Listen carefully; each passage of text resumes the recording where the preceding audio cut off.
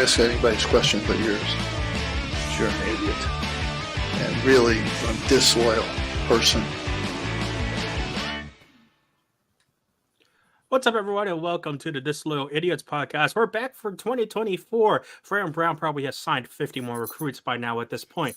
And this is how the orange microcosm of the landscape of Central New York has gone over these last couple of weeks, where football has somehow become more important than basketball. That's why we have Dom Chapone here to kind of balance out the footballness on this podcast, even though his Miami Dolphins are trying to take down Steve's Buffalo Bills so that they can play again next week. And Andy Pregator is here wondering where his Steelers are going to play next week. Look, I'm just happy to be here. You know, this is just like a moment, like 3 straight years of a negative point differential, 3 straight years of a first round exit to a superior team. Like, look, do not care. This team is never tanking. And apparently now I just have to make my lot with Mason Rudolph as my quarterback. So, you know, this is just it's weird that the most optimistic team in my entire sports pantheon is the Syracuse Orange football team. And I'm still not used to that. I thought 2024 was going to change that, and it has not. It has only gotten me more excited. Yeah, that's mind-boggling in all ways, shapes, and forms. I guess I still have the Sabres to drag me down, but like, yeah, that's other than that, everything else is turning up roses here. I'm hoping the Devils find a goalkeeper. What's a hobby? The best part about that entire division is that no one actually has a goalie anymore except for the New York Rangers. And the best thing about hockey in general is that doesn't matter because it's basically you're playing a random number generator on a sheet of ice with a bunch of knives. Like, there is nothing more random in the world than that. This is indeed true. If the Rangers can skate by with Jonathan Quick at 55 years old, I mean, playing great. Sure. Great enough. You know who else is great right now? Fran Brown. Yeah, he's pretty good right now. Yep. Steve's particularly happy with Fran Brown right now because he saw what happened in South Florida and went, oh, crap. I need to find some big guys up front. And he brought all of them in this weekend. A lot of them. All of the large men. I believe Mike McAllister on Twitter tweeted out that at some point this weekend, the combined weight for the people on campus for official visits was north of 1,800 pounds. That's a ton. Almost literally. It's almost a ton. Yes, indeed. You are indeed correct on this assumption. Extra hibachi incoming. Yes. Oh, no, you don't go hibachi for that. You go full-blown, like, bring in Texas Day Brazil. Yeah, Texas Day Brazil, yeah. We're all about the Brazilian steakhouse. Yes. And luckily, there was only a women's basketball game on Sunday in order to make sure that at least Friday and Saturday could be saved for whatever food and car offerings were at the Dome. Yeah, I'm. You know, you bring in the big guys. What do you do there?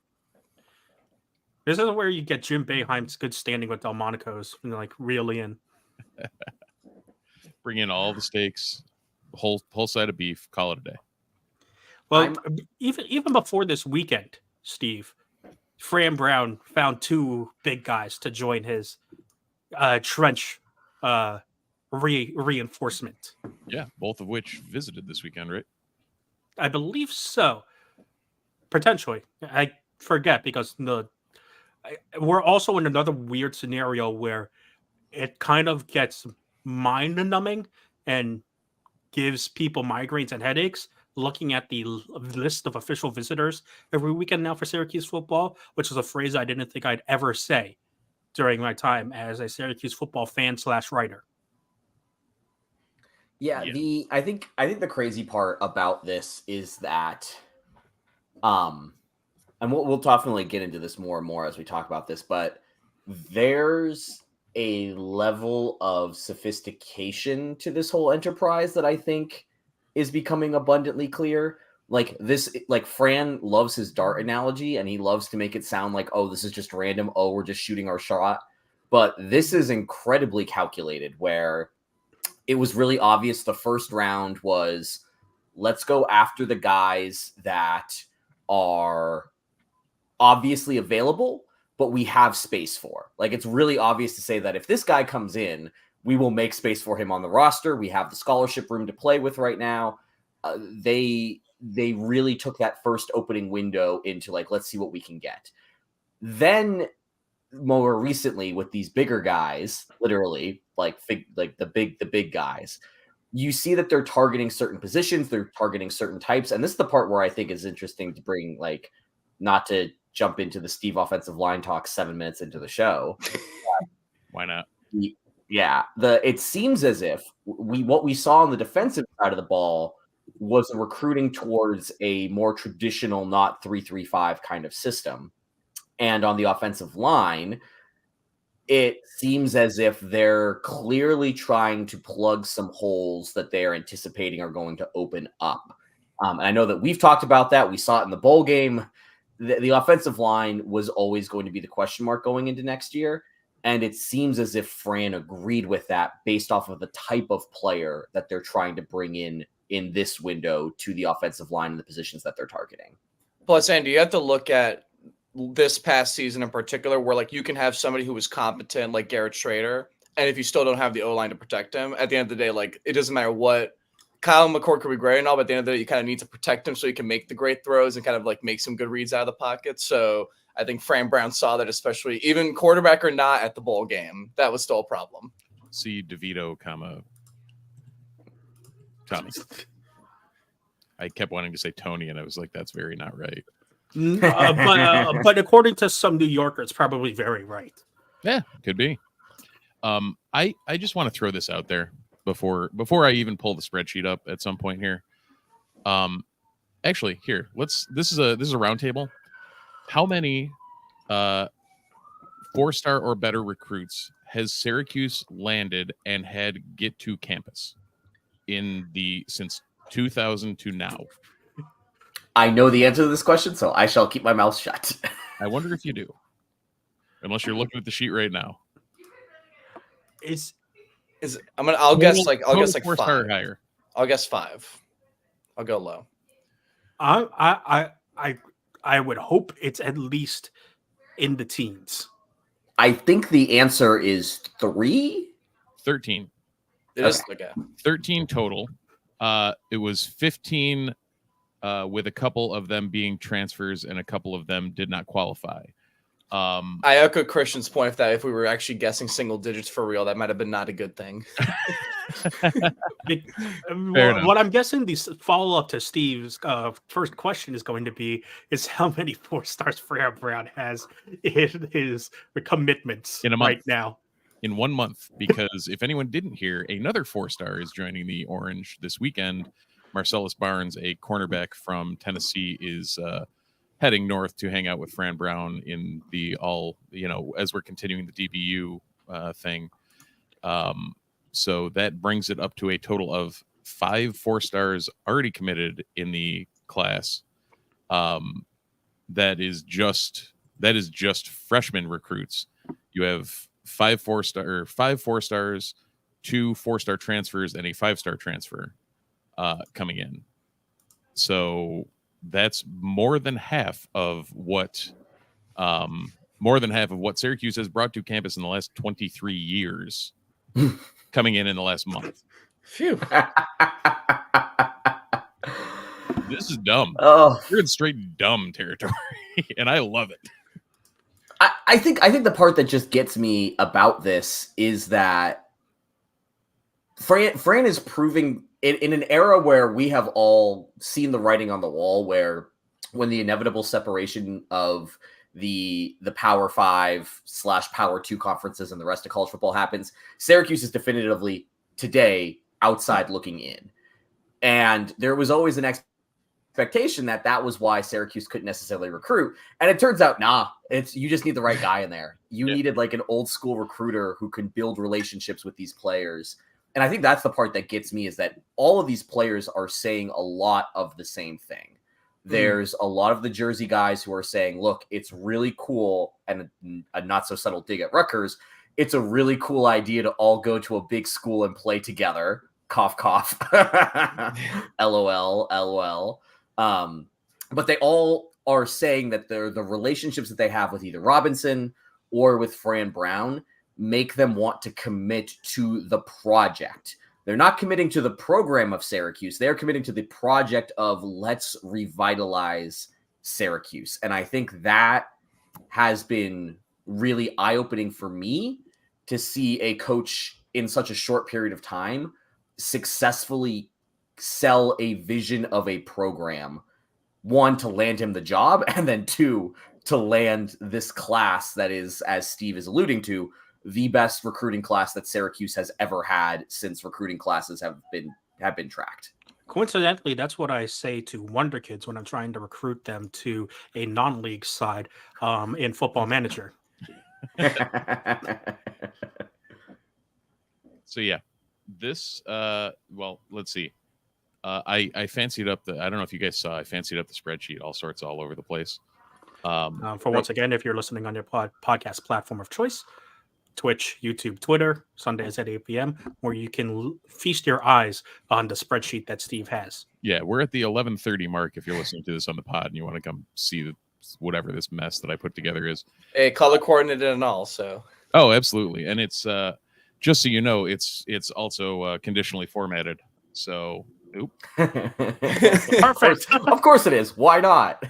Yeah. So, if Fahim Delane doesn't show up, it will turn blue. So, for the record, we do have an offer out to a 2027 kid, which is mildly frightening. We're hitting Steve's old mark also at the 12-minute mark here. So, yeah.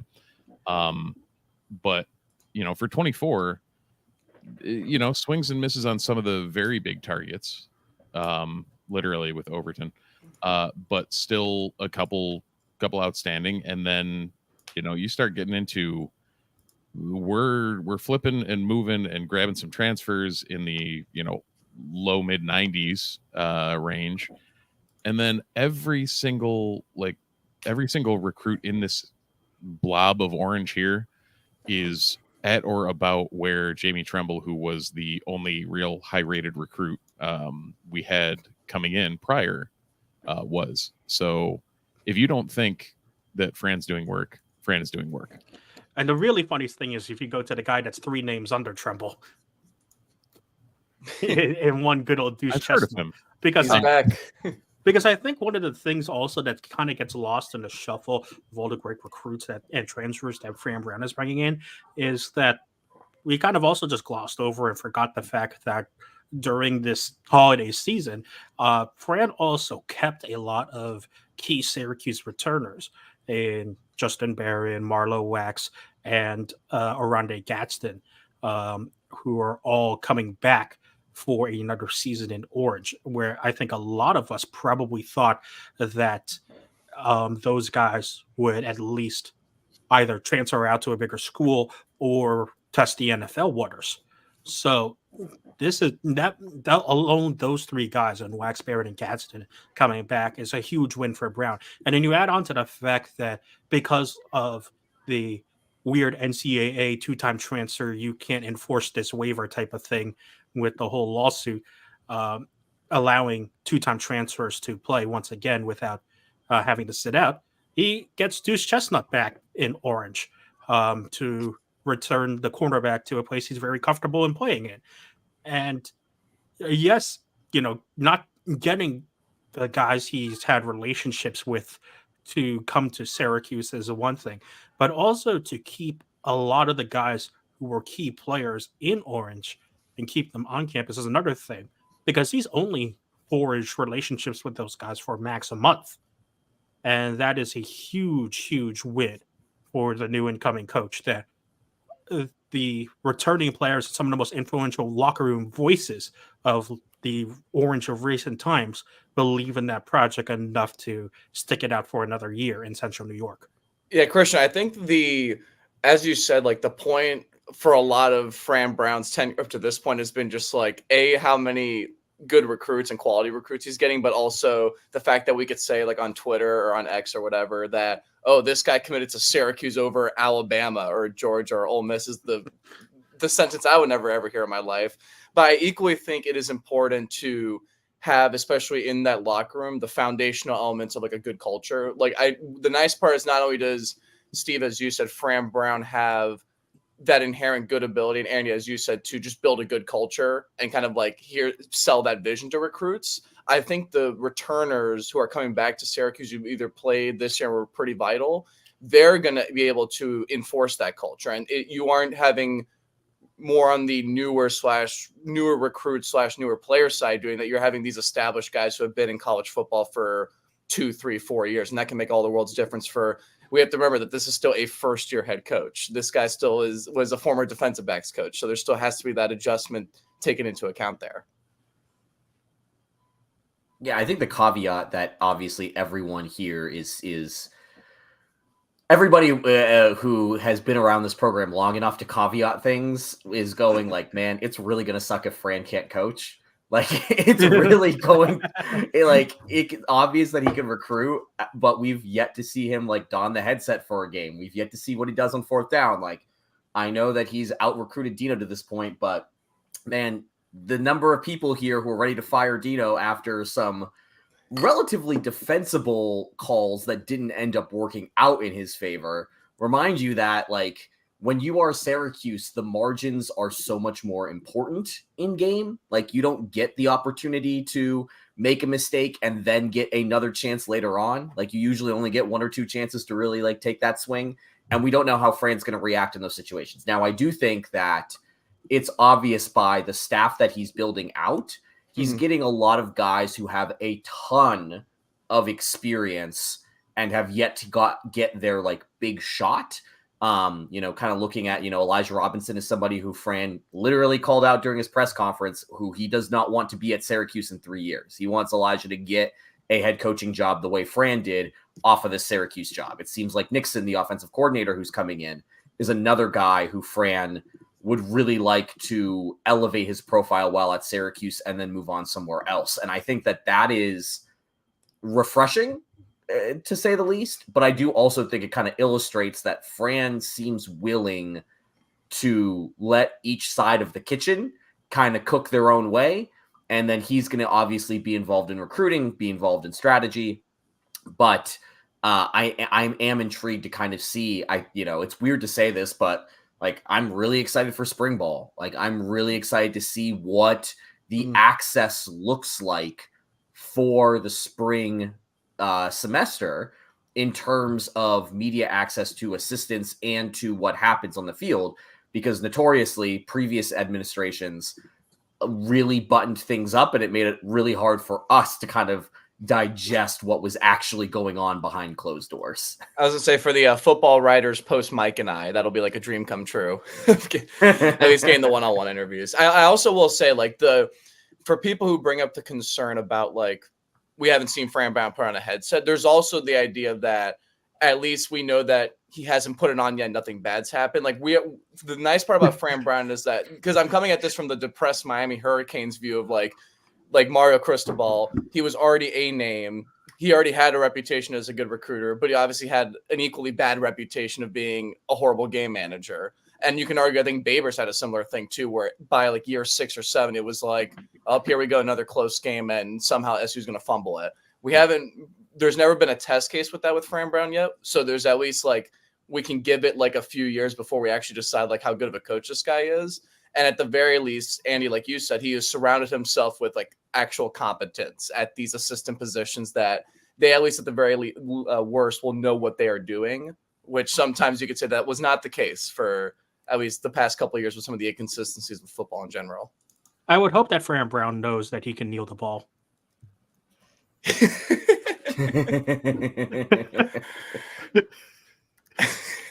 Don't do me like that. Come on. No, don't worry. Don't worry. Your Dolphins are probably going to win, and Steve's probably going to cry. I'm in Andy mode at this point. We're you're happy to be there. Just happy to be here. Yeah. After the ups and downs of this stupid season, yeah, 100%. We could have been 6-10 as easy as we were 10-6. So, hey, 7-10 Jets fan here. Hey, I do think that one of the things that is happening here is that there's a lot of talk about the expectations for next year. And I think that this is something that people are getting very excited about. And I think that that's valid. I'm also excited. But it is going to be interesting to see how Fran deals with these expectations. I think that there's a large section of this fan base who expects the team to do better than they did this year. And I am certainly included in that group. Now, how much better do they do this year is where you start getting splinters of the fan base, where there is a not insignificant portion who are forecasting double-digit wins, something that has only happened twice in Steve can be the one to verify this, but I'm pretty sure that when they won 10 games in 2018, that was only the second time that they had done so since 2000.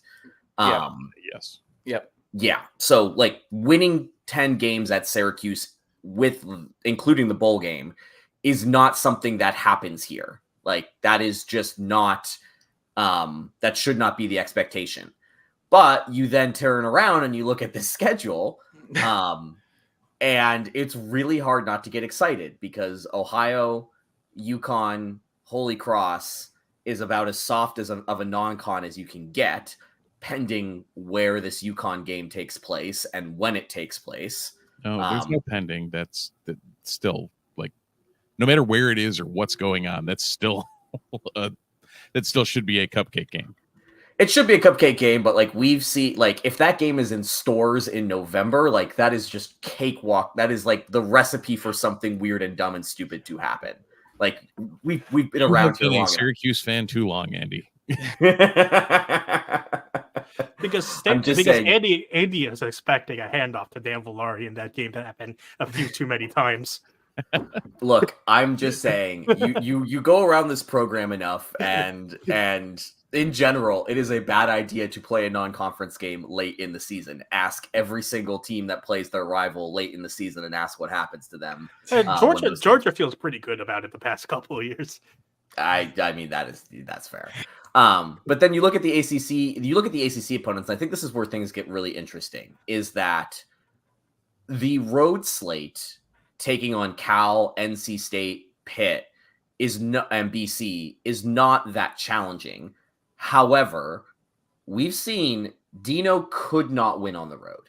Dino had multiple opportunities to play worse teams and could not win on the road because winning on the road in college is a skill. It takes a talent and it takes a roster construction of veterans that I don't think Syracuse is really walking into next year. But again, it'll be interesting to see what the two deep actually looks like after spring and how many of these players were playing Power 5 football last season.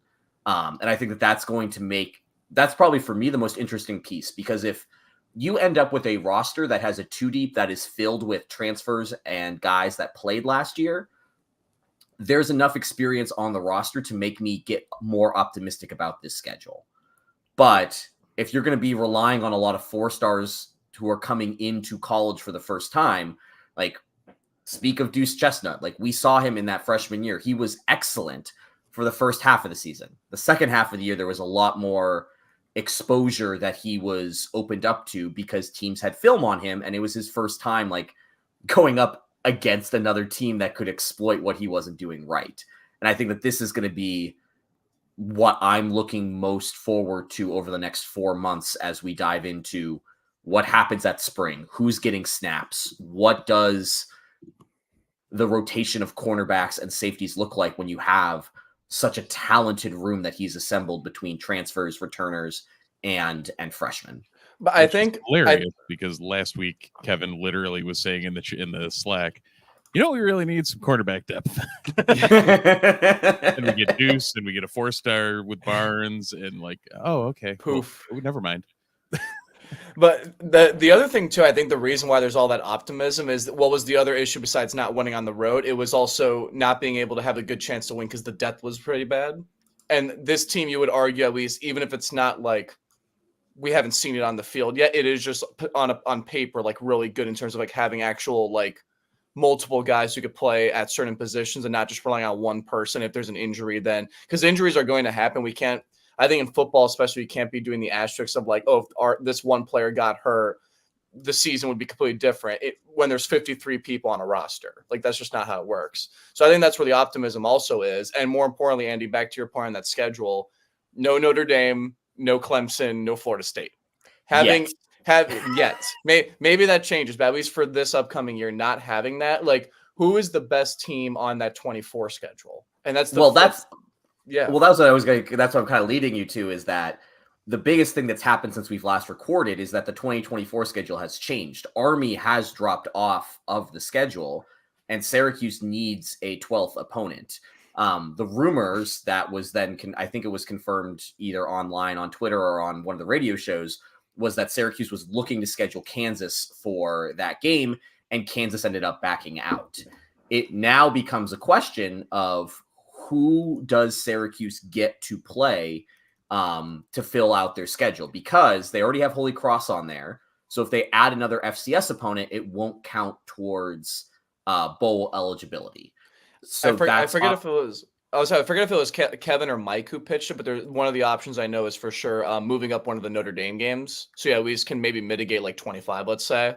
Because that's the other thing too. The part to go back to the original point about expectations is what makes this so bad, no matter if it's Fran Brown or another coach, is that 24 you have a pretty cupcake schedule, but in 25 you have a pretty doomsday schedule. So in other words, it's going to be hard to evaluate just those 2 years when it's like you're playing pretty much the bottom of the ACC for a good amount of 24. In 25, you're playing pretty much like the entire top half plus Tennessee, plus for now Notre Dame. Like that's not a good combo at all. And there's the Conference of Doom. Yeah, so that happens. Yeah, and I'm trying to find I realized how difficult it is to figure out like what teams are available to play in a bowl game, or to play not a bowl game, but in an additional game in 2024, because no one, even FB schedules, doesn't necessarily have a list going like, oh, these teams need a game. I know Mike put an article about it on the site a couple of weeks ago, and from what we saw, and from what I've heard on Twitter and also on some of the radio shows, is that UMass is probably Syracuse's most likely in terms of them thinking about a home and home with UMass, and at least UMass is FBS still, so that would at least count as well. That's a good idea. Football independence. I knew that there was. Because obviously that's how UConn is able to continually get on the schedule, because they're independents.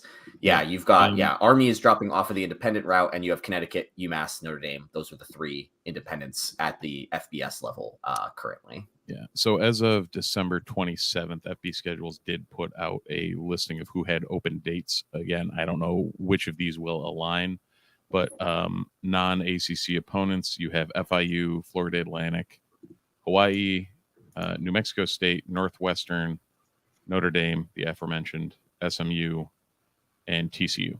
Mm-hmm. So those are the only those are the only FBS that are have one non-conference opening. How's another trip to Hawaii sound, folks? Well, so Dom, back to the question that you asked, like, who is Syracuse's best opponent? Like, I think there's a variety of schools on that list that would immediately become the best opponent Syracuse plays, should they choose to go down one of those routes. Yeah, so don't say Miami. It won't be Miami. Put it out there already. So added to that listing is also either UNLV or UMass. One of those two will have an opening because of Army. And there's where the UMass comes into play. Yeah, Army has 3 overscheduled games right now at UMass, at UNLV, and home against Wake Forest. So Wake is not an option, but UNLV or UMass might be a. Yeah, and the other thing too with this like 24 schedules, that like obviously opponent wise it's pretty easy, but you still have to go on the road to NC State. You still have to play Pitt again on the road. So it's not like people making the leap that, oh, this is like a 10 or 11 win team. Like, I think that's a bit too far, because that's like pump the brakes a little bit. Like Pittsburgh on the road, even if Pittsburgh's like not as good as they were, like, you know, in the good old Kenny Pickett days from when I was a sophomore and a junior. Like they're not that. At level. least they're not going to be playing Renegade, and at least Nathan Peterman isn't going to be the starting quarterback. No, but like I think that this is where the schedule gets kind of interesting. Like I would imagine Narduzzi is not quite coaching for his job as much as coaching to try to get out of Pitt, based off of the fact that he was probably a shoo-in for the Michigan State job if he didn't do such a terrible job this year with a Pitt team that was also decimated by injuries. NC State is another team where their expectation is to win 10 games every year. They never win 10 games every year, but they're always in shooting distance of expectations of a 10-win team. And again, I think the Cal game is really fascinating. Not because I think Cal is a great team, but Cal is a feisty defensive team, and Syracuse is going to be making a cross-country flight on short notice to make that, because you can only fly the team out there so far in advance. I was gonna say, yeah. So what you're saying is Castillo is doomed to repeat 2019. Always. I think Always that is. I think that's almost a guarantee that Castillo is going to see a Sickos game there. Just. Well, I was going to say, you know what the other which is more likely to happen. Syracuse Cal being an absolute Sickos game that makes Castillo question his Cuse fandom and loyalty, or that Syracuse NC State once again becomes a Thursday night game after a bye.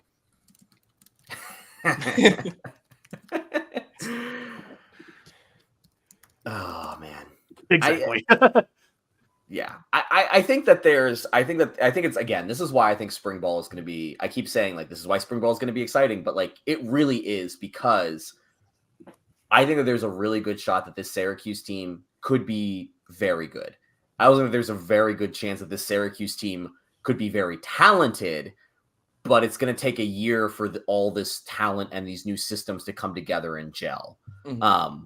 Now, we saw at Duke, they were able to take advantage of what Syracuse had in front of them and take a good coach, soft schedule, and put together a very good team in year one, parlay that into a less successful but equally impressive year two, and then all of a sudden their coach gets hired away to Texas A&M. Not saying that's going to happen to Fran, but like the recipe in the ACC is there for a team to do what I think we'd like Syracuse to do this year. I think though, and again, kind of bringing this back full circle, Steve, I think it comes down to the offensive line. Like that unit is going to be so important. You have a quarterback like Kyle McCord, who is the polar opposite of what we have seen in past years. And to be frank, he is what Tommy DeVito was supposed to be at Syracuse. Supposed to be 3-second drop, throw the ball out, make the smart read, get rid of the ball if there's no options available. And his offensive line really let him down, and he became Tommy Happy Feet that we still see at the NFL level. Sorry for that full-time breakage that has happened there in his psyche. But I'm just kind of curious, Steve, like from a schematic standpoint, for the guys that are returning, this feels like they're walking into an entirely new team just because of the quarterback and because of the new system that you have to build around this quarterback in order to be successful. Yeah. I mean, yes and no. I mean, you can take a good bit of what you did with Schrader, or what could have been planned with Schrader, or what was, game planned around. I don't think the idea with Schrader was always to just have him run. I think that was always at least a secondary, even though that ended up being the primary a lot of the time. But you also have a solid transfer coming in Josh Miller. You have what's his name? The Demetrius Witherspoon. There you go. That's coming in from Howard, was a HBCU All-American. Yes. And then 2 solid recruits coming in. This is anything else that happened this weekend, notwithstanding, because, I mean, who knows when you bring that many large human beings in, who decides to commit and who doesn't. But you've got a solid core returning, because I think we've touched on it a couple of times. I don't think the starters were bad. I think there was no depth there. Guys like Cruz are very solid. Guys like Ellis are very solid. Like, you can work with these guys. Wollabah looked good in the 5 seconds we saw him before his season ended. Gianri Reed as a center, there's not. Well, like I said, John Ray Reed prevented Steve Howard from having to see Josh Aloha play the entire season. Josh Aloha this year, when he showed up, was much better than Josh Aloha last year. I will give him that. So I would not have had a complete aneurysm. However, you have to replace Blaish and then also have contingency in there for when shit goes sideways, because it will. These are 300+ pound human beings running around banging into each other. Someone will get hurt. That's how this works. And if you have the depth and talent there, you can recover from that. And that's something that we've sorely been lacking in that department for many years. And we just got lucky as hell in 2018 that people didn't get hurt. So hopefully what they're building can work around that. I don't know about their the offensive line coach that got brought in, the guy from Louisville. Was a Purdue offensive line coach for a couple of years, or 6 years or something. But didn't really get rave reviews there. So we'll see what happens there. I did not watch a lot of Purdue football during that time, so I could not tell you my thoughts on this situation. But I don't know. It's going to be the crux of what happens, because you can bring in, like you said, Andy, all the skill positions you want. If you cannot get the ball in their hands, you're shit out of luck. So it's where it's gonna start and end. And I think that this is an interesting. I think this is where, again, it feels fun to talk about this, but it's very apparent. Fran is still building out this unit. There's going to be more bodies coming in. There's going to be more bodies leaving. I'm intrigued to see what things shake out to be. Now, before we get into the next thing, the one thing that we do know is consistent and always performs under pressure, no matter how much you bang it, rip it, tear at it, tug at it. It's your home field apparel, t-shirts, hoodies, joggers, bomber jackets, what have you. They make some of the best vintage collegiate apparel that you can find out there. And they have it in your favorite team, including the Syracuse Orange. Cannot wait until they are making some vintage-looking franchise gear when Fran Brown takes Syracuse to that amazing 10-win plateau that gets you on the Connors maybe I make a special t-shirt for you list. But if you would like to celebrate early, if you want to jump on the home field trade, make sure you use promo code NUNES23, NUNES23 for 10% off your first order at Home Field Apparel. Know that the guys' home field team is down in Houston getting ready for the national championship game, which is kicking off on Monday night. They're down there having a grand old time. Really happy to continue to have Home Field as a sponsor of the show. Connor, we're still waiting for a 2022 men's soccer championship shirt. He is actively avoiding that because of the team that might have been beaten. Might have a text message from him that said, "We had a shirt ready to print. It just wasn't for your team." We might have broke some hearts there. I'm not upset about it. I will not complain. There's a banner over there that says that. Oh, I love that banner so much. And before we get to the basketball talk that's coming, one of those soccer alums just did get signed for $10 million. $7.3 million. $7.3 million. Sorry, with add-ons, of course. Probably could be 10 by the time it's done. But yeah, as Christian alluded to, Tajon Buchanan is officially the highest priced transfer in Syracuse history. He breaks his own record of $7 million. Going to Club Brugge from the New England Revolution, now going from Club Brugge to Inter Milan. So I believe the first that I know of Syracuse alum playing in Serie A. And well, in the modern era. And also happens to be one of the biggest clubs in the Serie A. Yeah, absolutely. They're vying for the title as we speak. So if they can walk away with the Scudetto and he's on that squad, it's a good thing for do you think Matt can use that in some recruiting maybe? Oh yeah, probably. Mhm. Hey, by the way, this guy just won the title in Italy. So yeah, come to our program. It's really not fascinating. It's just like impressive and also fascinating how fast Tejan rose through the ranks. Like he was playing at Syracuse not that long ago, and New England Revolution, the Gold Cup, where he just absolutely got on everybody's radar, Club Brugge, and now Inter, in a way that I'm like really impressed with his rise. And it's also, he plays a type of soccer that is incredibly valuable today, aka he fast, and And not a lot of other players are as fast as him. and was willing to move to foot on the touchline, playing on that right side, compared to like his college career and his early Revs career was very much as a forward, as a for the Revs kind of moved to a wide forward or like maybe an off nine, but like literally embraced, I'm going to become a wingback, or like Yeah, because right midfield. because every Canadian winger is looking at Alphonso Davies and being like, Right. "Oh, he can do that for Bayern. I should do that as well." Right, and then they'll come back to the Canadian national team and play. It's weird. The left wing and right wing for the Canada national team are a left wing back and a right wing back Yeah. in Europe. So yeah, overall, I'd say that's going to help the Syracuse program.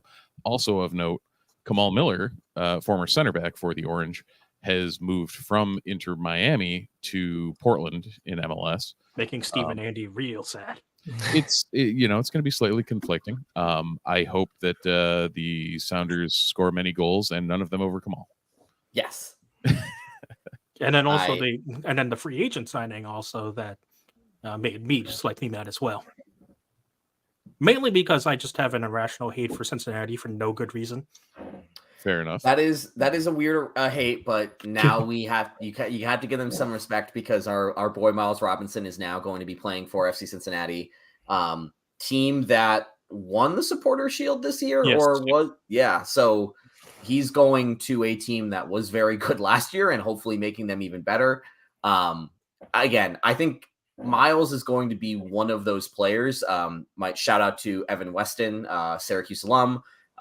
Went to school with me. He's a soccer broadcaster now. He called Miles Robinson Gen Z Walker Zimmerman, and now I am never going to be able to unmake that comparison where like the injury timing was just a bit off and he misses the chance. So he's always going to be the best MLS center back by far and away. But there's always going to be attached to that a question mark of, oh man, if the injury doesn't happen when it happens, is he playing somewhere else? Yes. Shout the answer is yes. and He's in Europe now. If his Achilles does not pop when it did, he's in Europe right now. There's no two ways about that.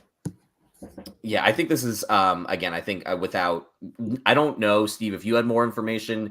It sounded like in the months leading up to the Achilles pop, he was his agent was entertaining offers for that summer transfer window. It seemed like he was looking to make moves in that window, join a European team for preseason, as opposed to wait until the end of the season and then join when the MLS season ends, but you're joining in the shorter window and you don't have the preseason camp for European teams. Yeah, that sounds about right. And then the injury happens, and then at this point, he's come back off of it, but he doesn't have the same explosivity that he had. That may come with another offseason, but at the time of this transfer, like for what is known, I get how he ended up staying in MLS. There may just be a comfort level. He may just be a guy who doesn't want to go overseas. That's fine too. But either way, he's going to be making money. You got to do what he did in my Football Manager save. Turn up playing for Celtic, and I'm like, what the? Where did you get here? Hold on, I know that name. Look, Celtic loves their Americans. I work with a bunch of Celtic fans, and they do love they love the Americans that are over there. Yeah. That one center back that's playing for Celtic right now is pretty good. I love when we can get the football and the football talk in one conversation. Yeah, is Fulham looking for another American loan?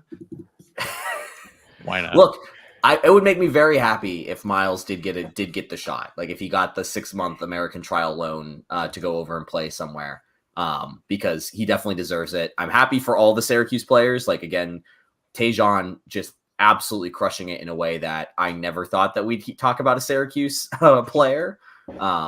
But it's wild to think we're talking about what Fran could do. It's crazy what Mac has done at Syracuse. All right, let's get to the talk that finally has eluded this podcast forever and ever. What, women's basketball?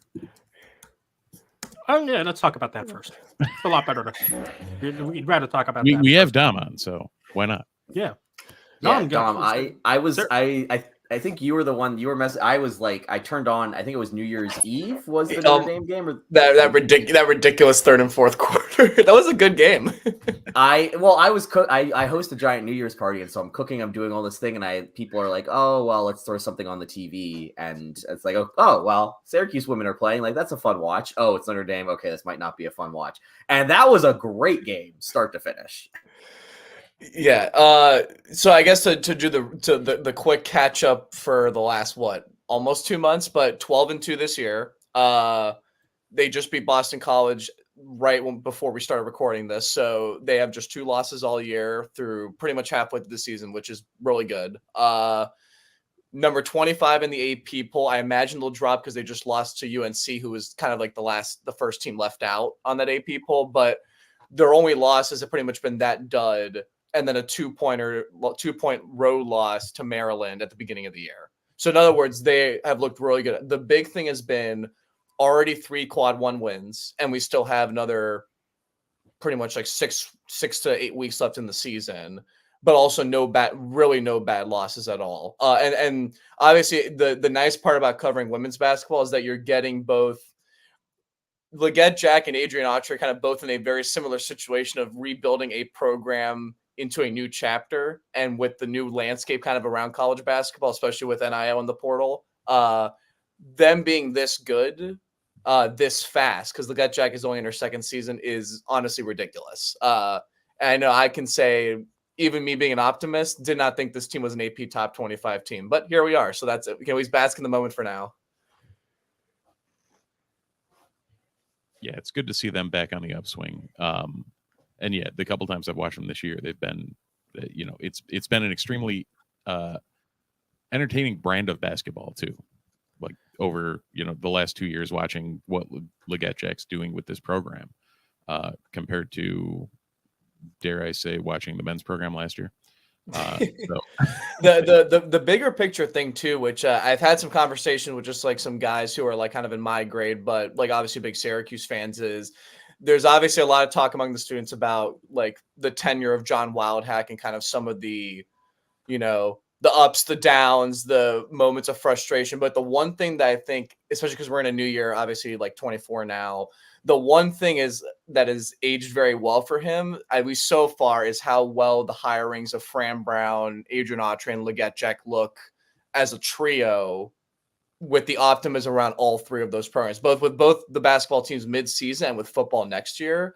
Yeah, that trio of hirings all in the span of 3 years is a pretty impressive, I would say, point on that resume. As much as like criticisms aside, like there are certainly there, like that is some 3 strong things to point to. 100%. Going up how poor the perception of Wildhack's hires prior to that were. The last 3 at this juncture have been home runs. It's still way too early to get an actual read on it, but for what we're at, a year and a half into Leggett Jack, a half a year into Autry, and hell, a month into Fran Brown, it's it's everything's turning up Millhouse at this point. Yeah. Anyway, so for women's basketball, still half the season left to go in the thick of ACC play. They're a projected 7 seed in the latest bracketology update, so they actually might be the lone basketball team this year that actually might make the tournament, which would be pretty interesting. First time, if so, that'll be first time since the 21 season, which was Hillsman's last year. So definitely that would be the next stepping stage forward. Way more depth this year, a lot of fun, and the games have just been entertaining overall. That Notre Dame game was actually like probably, I would say, like the most.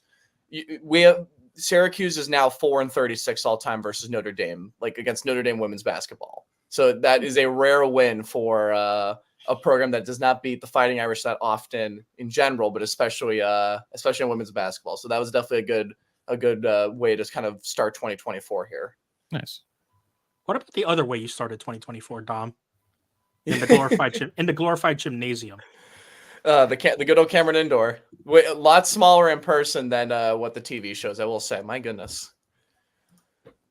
Yeah, I was genuinely that Notre Dame game. That was going to be my follow-up question. Was like, look, that win felt like a tone setter and a tone changer because like that's just something that doesn't happen.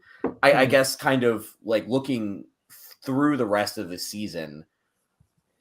Is there a reality where this team is in the Final Four of the ACC women's ACC tournament? Because I feel like that's another glass ceiling that Syracuse has really struggled to break through. Even the year that they made the Final Four, that was a year where the ACC was so loaded that Syracuse really got underseeded and underrepresented just because of how tough the competition was in their conference that they played all season long. And so the record didn't necessarily reflect the talent that they had on that team.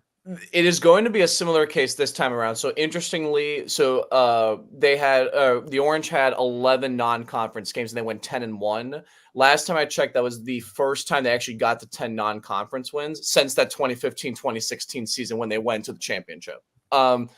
This team certainly has clear playoffs, clear to clarify, like NCAA tournament is on the inside track. Likely, I would say probably would be favored for at least one game.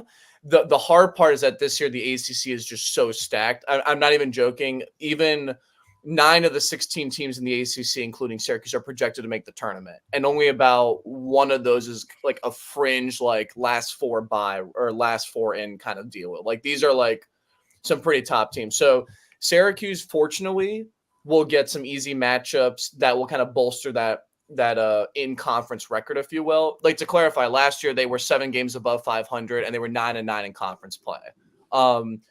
They're already at a better start off the track compared to last year. So as long as they just don't like get torpedoed against like a Pittsburgh or a Wake Forest who are toward the bottom of the conference, like they should be like at like 22 wins, probably a 7 seed in the playoffs. Like that's probably their ceiling. I mean, to be honest, again, I think just making the tournament and getting a few wins there.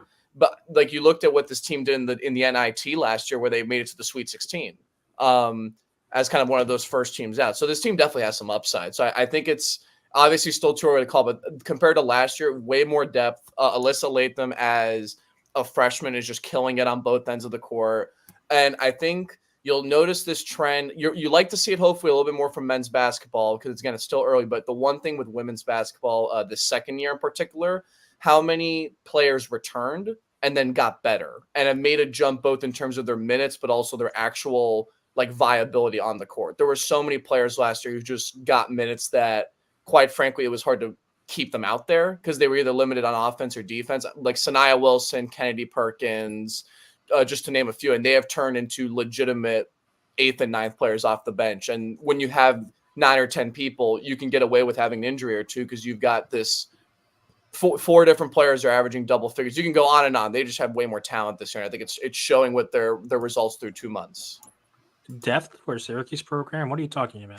It's an oddity. Yeah, I think that it's really interesting to see how well the women's team has turned around under Flo. Like you were obviously one of the people, both in your writing and in your social media and in our Slack, being like, look, that this is a great culture fit here. Like what she has done and what she stepped into was, to put it bluntly, an absolute shit show. And totally. Has completely steadied the ship and brought momentum to a program that we saw could reach some heights, but had a lot of inconsistencies. And it does feel like, as somebody who doesn't follow it super closely, it does feel as if there's consistency there now that had been lacking even under previous successful, coaching staffs and administrations. The biggest thing obviously is it's also equally as much the culture, as much as I think there's been such an emphasis this past couple of years in particular with you need to get coaches that are both good schemers and good recruiters and obviously up to date with that, but also that can connect with players. And I think Leggett Jack is the ultimate queen of just like doing that. Like the fact that she got so many players just from Buffalo to join her in Syracuse, get players that she's past recruit. Like I look at like last year with Dariana Lewis, who was the starting center, where it was a past connections with Leggett Jack. You see that with men's basketball all the time with guys like JJ Starr. And that is such an emphasis because especially in college basketball, a lot of the noise will happen with your top 10 to 15 5-star recruits, the guys who are really making the big NIL money. But that leaves an entire upper middle class and middle class of players who are going to carve out a decent college career. They're going to play for 3 or 4 years. Maybe they're a second round or an undrafted player. Maybe that's not their aspiration. They go overseas, but that's a huge untapped market there. And especially in this landscape of guys going to different places, they go to that location. They realize that the pastures aren't always greener and somewhere new. Having somebody tell them like, I can help fix whatever is your issue and I can connect with you better is a really appealing thing now. And Leggett Jack, ironically, as the women's basketball coach, she was the first out of the new wave of Syracuse coaches who I think embraced adapting to the times. And we always talked about Syracuse falling behind with NIL and the transfer portal and the new era of the NCAA. And I think she kind of like helped spark plug that idea that you kind of, even if you're not fully embracing it, need to be caught up with it at the very least. It's exciting. I think when I joined the Noons crew way back in the day, that was right when men's basketball's peak was starting with Boeheim in terms of the multiple years of the end of the Big East, beginning of the ACC when the team was good and the women's program was also up there.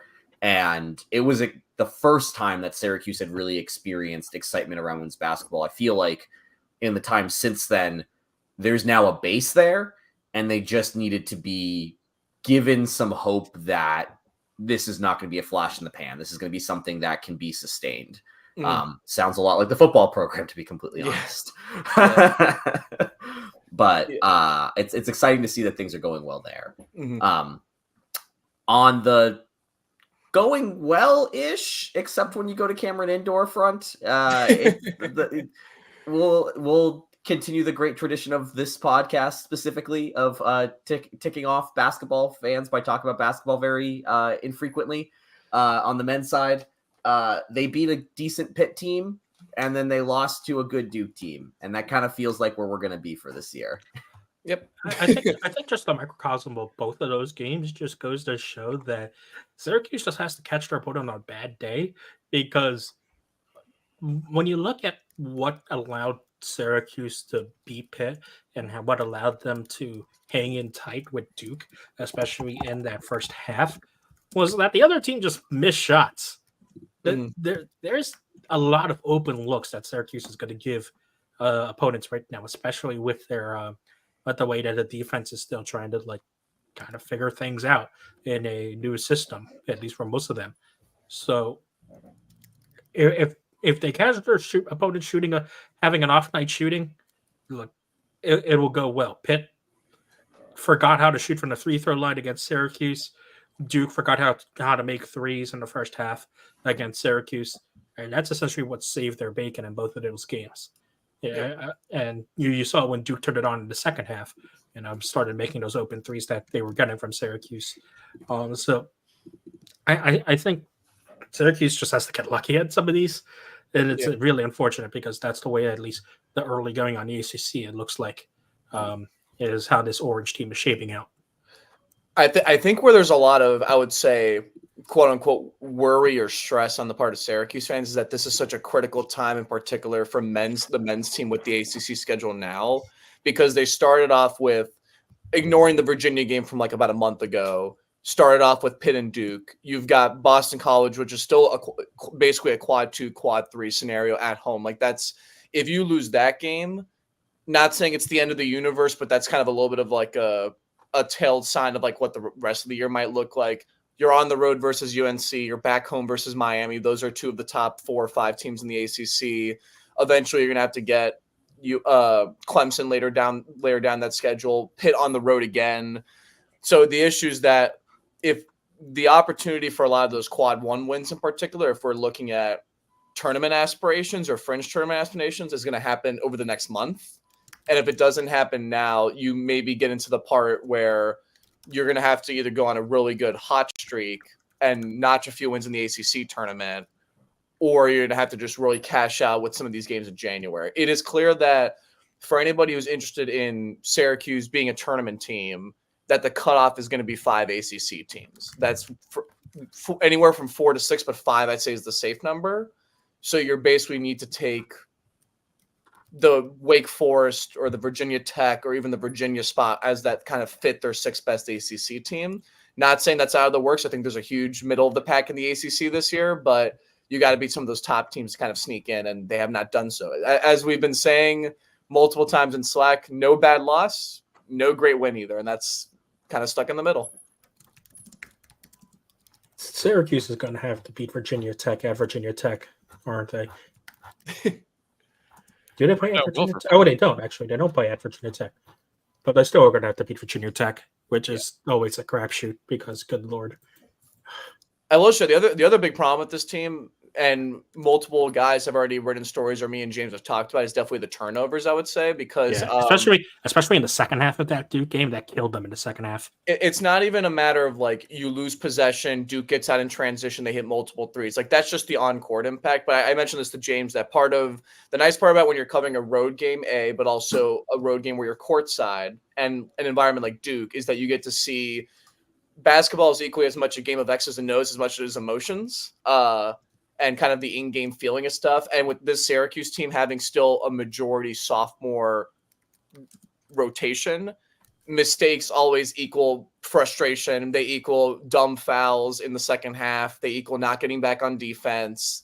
And Autry brought this up in the press conference of like, they have to focus on the next play. You can't get bogged down into that first or second mistake. And again, when you play a team like Duke, there's a bunch of ways they could beat you, but one of the main ones is going to be taking advantage of your own self-inflicted mistakes. And this team will certainly have to cut back on that because they already can't afford to really lose any much on offense in terms of just pure possessions. And they also can't they have to basically rely on a player, whether it's a Malik Brown or a Quadir Copeland or at times Chris Bell, to explode for 15 to 25 points to kind of be that second guy next to Judah Mintz. It feels like that kind of like getting in their own head and like reviewing their own mistakes. That's what kind of feels like leads to Syracuse in the middle 8 of games being so bad, especially over the past few years, not just this season. And the second half, the last like in between like the 5 and 15 minute marker of the second half in particular. Yeah, especially that. Yeah, but I mean, Syracuse this year in particular has been dreadful to close out first halves, and it leaves Syracuse scrambling more than they should to try and rectify that. And that's what leads to those kind of hero ball plays that I think we saw a lot from Syracuse, especially Chris Bell in that second half against Duke, to try and like rectify their own mistakes. And that's where the frustrations of pile up and mount up even more. So that's something that Syracuse has to like calm down, especially when trying to close out that first half. But other than that, though, I think I'm at least personally content with the way the teams perform right now. It could be worse. Like again, their 4 losses. Their 4 losses are to AP top 25 teams at the time they played them. What is it? 2 of those were neutral site, 2 on the road. So none of those have been at home yet. I don't think that's a problem. I feel like that's, again, not to look forward to things that haven't happened yet, but I feel like this is a very interesting parallel to what could happen with football, where like, look, there's obviously a lot of expectations for change, and change sometimes doesn't happen all at once. It's gradual and slow, and you got to take the small wins when they present themselves, which include not embarrassing yourself at home, taking care of the games that you're supposed to, et cetera, et cetera. But yeah, I definitely think that this is going to be, there's a lot more basketball to take place. We'll definitely bring Dom on to talk about it when it happens. But weirdly, we're also going to be talking about football probably for a while because Fran is still doing Fran things. And as of a last check, I haven't seen any I haven't seen any commitments yet. So I think we're clear to kind of end the show and say that there's not a new recruit that's going to make us re-record the show. But as you know, as podcasts work, there's a good chance that by the time you listen to this, Fran's has thrown another dart and it's on the board. The only thing that's happened is Josh Allen is practicing arm punch. That's all that's happening right now. Yep. Yes, that is. Sorry, red Steve. zone arm punts for the record. Mm-hmm. You allowed Eli Apple to get an interception. How do you feel? Oh, right. After when I thought he played his worst game a year or two ago, he played his worst game against Baltimore. I give up at this point. And on that note, thank you all for listening to the I feel like I'm glad I had my headphones off for that. A Fans First Sports Network podcast. We appreciate all our support at Fans First Sports Network. Thank you to Dom for jumping on and talking basketball and football with us. We do this, as always, on Sunday-ish nights at 8-ish on Twitch. If you want to join us live, watch our reactions, comment live in the video chats, we got lots of opportunities for you to listen to us. You can also make sure to follow us on Fans First Sports Network's YouTube channel. Follow us on all the socials. We're consistently posting. We're consistently talking. There's lots of ways for you to consume this show on the internet. If you're a podcast listener, make sure you listen, subscribe, do all the things to help us trick the AI into expanding the Ottoman Empire. It really does make a huge difference for us in terms of growing the show. If you're watching or listening to this on newsmagician.com, we do continue to appreciate the support over there. We love our friends. We love all the writing that some people here are doing on that side of the house. It is absolutely fantastic, and will continue to be the best source of Syracuse sports news that you can get on the internet. So with that, we are kicking off 2024 with football optimism, something I never thought we'd do. We're kicking it off with some realistic basketball expectations, something I never thought we'd do.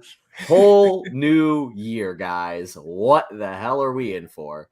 But we're in for some Syracuse, and as always, go Orange. Go Orange. Go Orange.